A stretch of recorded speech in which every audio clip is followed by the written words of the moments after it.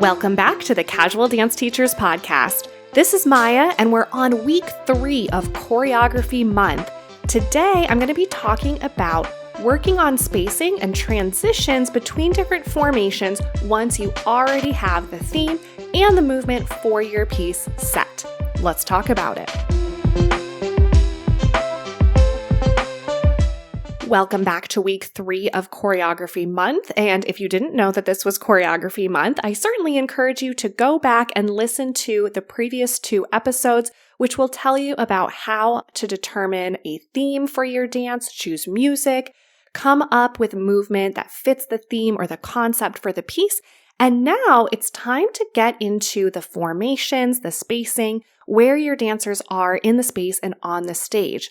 And at this point, if you have listened to the previous 2 episodes, you might realize that I have said this in every episode, but I'm talking about choreographing for a recital piece. I'm talking about a short form piece of choreography and something that's built around the students. So the primary concern, of course, when I'm spacing out a dance for my students is that all of them feel served, all of them feel seen, that I am highlighting every single student. No one's getting covered up. Nobody's being featured more prominently than another dancer. So that's kind of my primary concern spacing-wise, but I still want to be creative and have fun with it and serve the concept of the dance. So I'm going to talk about some different tools and kind of perspectives with which I approach this to make sure that I'm not falling into the rut of just kind of choosing certain formations and putting the dancers in those same formations over and over again in different dances. As far as making sure that you're highlighting all of your dancers, you want to take height into consideration. You don't want to always have your shortest dancers in the front and taller dancers in the back because taller dancers are going to really feel upset that they don't ever get to dance in the front. But you want to change it up so that it always looks balanced on the stage with the heights of the dancers and that dancers aren't being covered up. You also want to think about the dancers in your class that have the best spatial awareness. So not always necessarily the best dancers, so to speak, from a technical standpoint, but dancers that have good spatial awareness and are able to sense the other bodies around them, maintain formations, not travel too much or too little when doing certain steps, are the dancers that you're going to want maybe front and center so other dancers can watch off of them and take their spacing off of them. Or maybe on the outside ends of a formation to make sure that other dancers don't pass them who might not have the best spatial awareness. No matter how you're working the spacing of the dancers on stage, make sure every dancer has her moment. Make sure there's not someone that's living front and center and another dancer who might be stuck in the back for the majority of the dance. Those are the practical considerations, but now is where I'll talk more about the artistic considerations that go into this. And this is another reason why I stressed so strongly in the first week of Choreography Month. It is absolutely imperative, in my opinion, to have some sort of theme or concept to the dance that you're structuring everything around. Because if you've chosen a certain character or a certain story to the dance, you'll probably want the primary focus at all times to be the individual dancers and the acting and the portrayal of that character or of that story. In that case, the formations and the transitions between formations probably are not as important as how they are done, how they are danced to convey the story to the audience. I'm thinking of a dance that I did. It was like the very tail end of COVID. We were able to get into the auditorium, but we had, I think it was just a very limited audience so that everyone could maintain social distancing. The dancers were masked and they had to still stay 6 feet apart. Luckily, I knew that going into it. So when I was choreographing the dances, I wasn't choreographing them all, touching and getting right up on top of each other. But I choreographed this dance where every dancer was portraying her own personal social isolation, sort of emotional isolation. And we played around a lot with dancers starting to approach each other. And when they got to that 6-foot mark, they had to then back up and without ever changing formations. And this was a more advanced class. So with a younger class, you might expect them not to change formations much, but these were dancers that had the ability to play around with spacing a lot, but without ever once changing formation. There was so much interaction between the dancers without them touching, without them ever getting closer than 6 feet apart. And the most important thing throughout that was not, okay, you're going from point A to point B. It was, what is the emotional impetus that's drawing you towards and away from the other dancer, that's drawing you into the corner of this little box that you're relegated to, and then back into the center. And we had a lot of fun with that. And that was another favorite of mine that I really enjoyed. So those are the kinds of circumstances I'm thinking of where I wasn't thinking at all about the placement of the bodies in space, because I kind of just gave them each a 6-foot square and kept them in there. But I was thinking about how they were interacting within that space. On the flip side, if your dance does not have a story, if it doesn't have a specific emotional theme or narrative theme, which is completely fine, you might want to focus more on visually what different formations will look like and almost extract the personality from the dancers so they become more like objects, and it's almost like just placing chess pieces on a board. What will it look like when they do this movement in this formation? What will it look like when they do it in this formation? Visually, what are you giving the audience that plays into the visual theme that you're portraying or the musical theme that you're portraying? And it's all about creating very clean, very orderly lines and shapes, or creating chaos, but you're the one that's orchestrating it. And what does that look like? And you can have a lot of fun with a more practical approach, but it's important to know ahead of time, are you taking that practical approach where the dancers are more of objects moving in the space, or are you taking a very personal approach where the dancers are portraying certain people, certain characters, or certain feelings?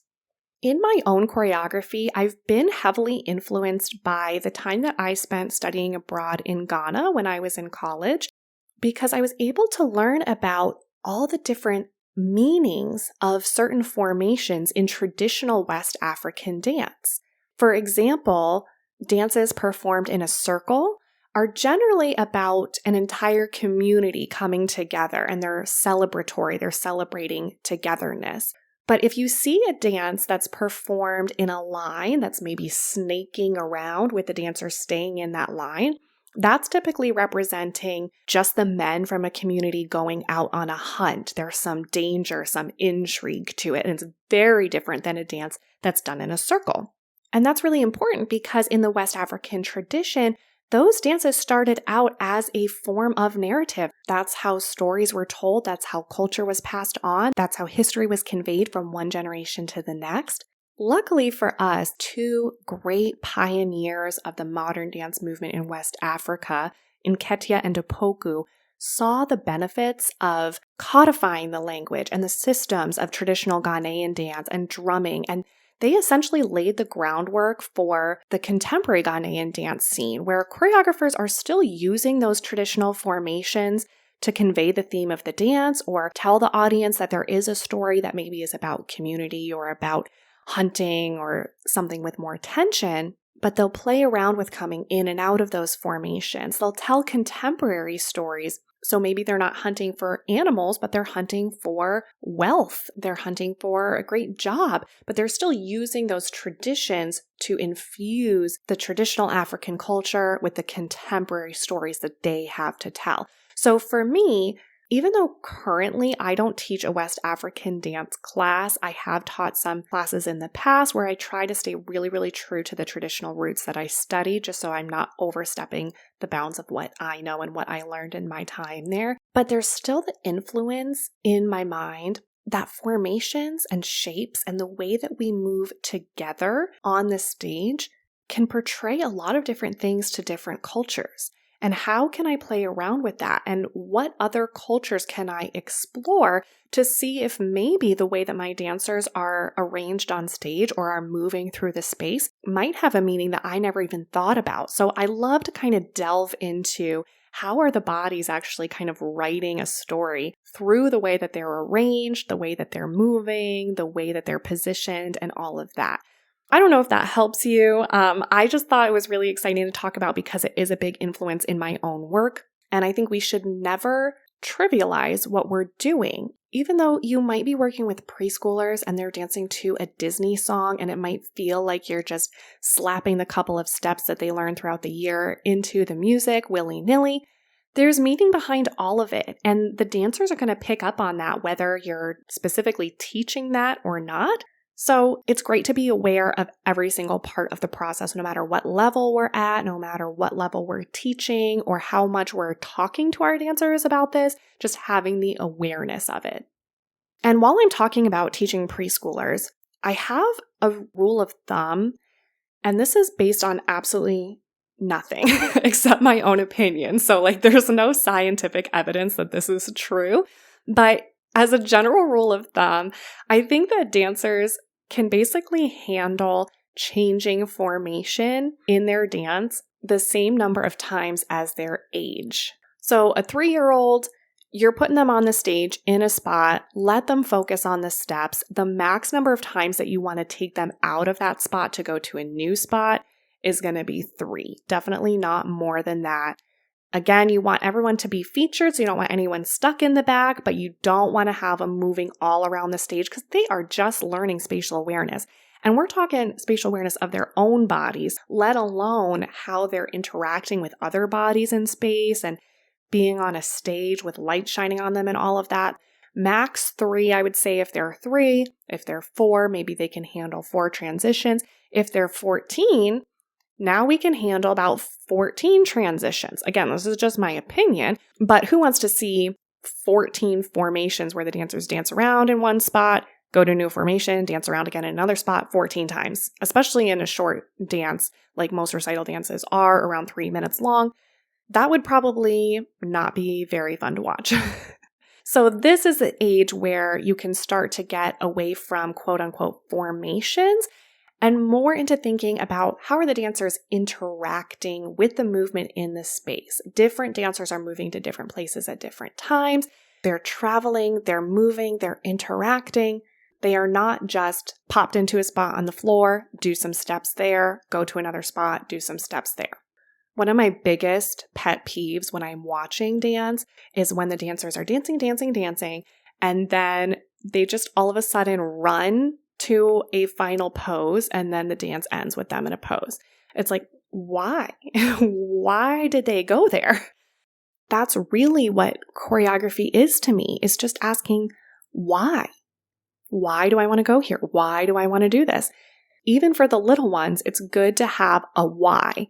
That should really tell you where the dancers should be on stage and how they're going to get there. Now, I get stuck all the time. So it's not like every dance, it just makes sense in my head where the dancers should go, what formations make sense with the theme of their dance. So I'm all about throwing different chance exercises in to come up with new formation, spacing, transitions from place to place. I do that all the time. And then I figure out the why after. And sometimes it takes some explaining for the dancers too. I think I've done a nice job. I will toot my own horn for 1 second. With some dancers that have been with me for a few years now, that they're at the point where they will ask me why. So if they don't understand why they're doing a move a certain way or why they're going to a certain spot, they'll ask me because they like to be informed dancers and to be dancing from a place of understanding. So I'm pretty excited about that. But that doesn't mean that the meaning always has to come first. Sometimes you can come up with the movement, come up with the transition, come up with the formation, and then we'll figure out the why later.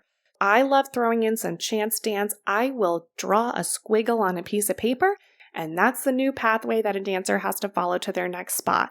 Or maybe if they're dancing in a line, they'll all squiggle right around in a line, or they'll start in a squiggle and branch off into a new shape. Maybe I'll have every individual dancer get a piece of paper and a pen, draw their own squiggle, and then I'll say, okay, you know this combination that we've been working on. You are now going to do that combination along the pathway of the squiggle that you drew. Maybe when they're doing that, they'll crash into each other because they have these intersecting squiggles now.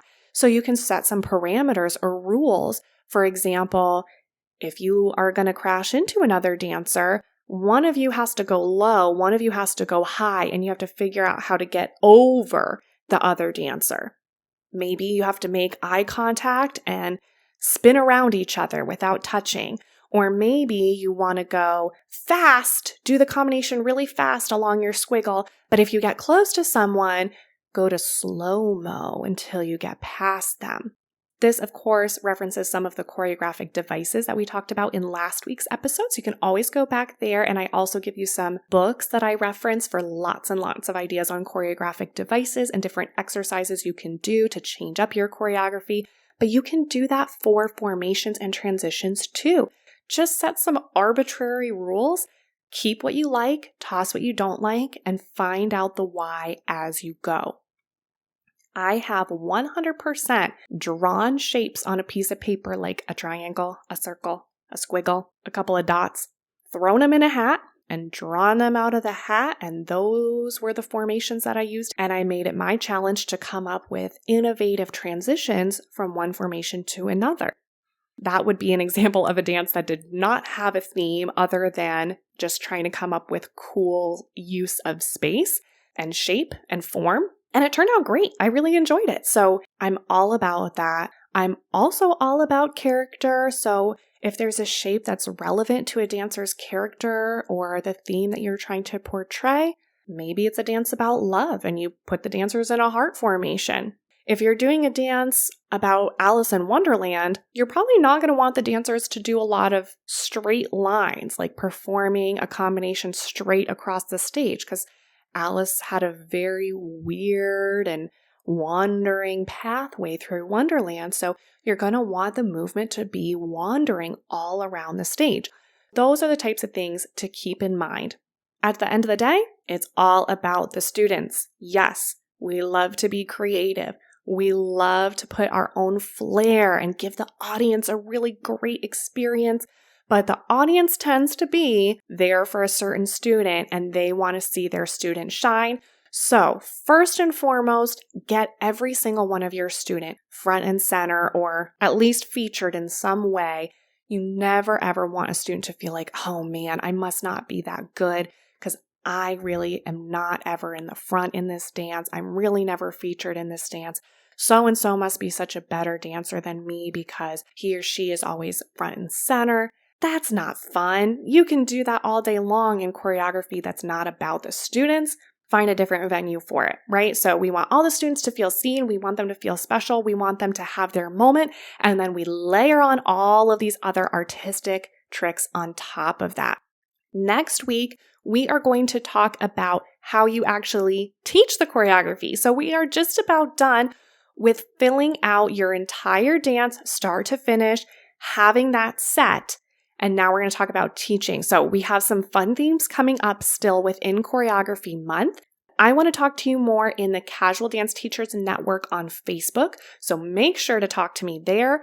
As always, thank you to GB Mystical for my theme music. Absolutely love it. Remember to always be looking for fun music from your local musician friends.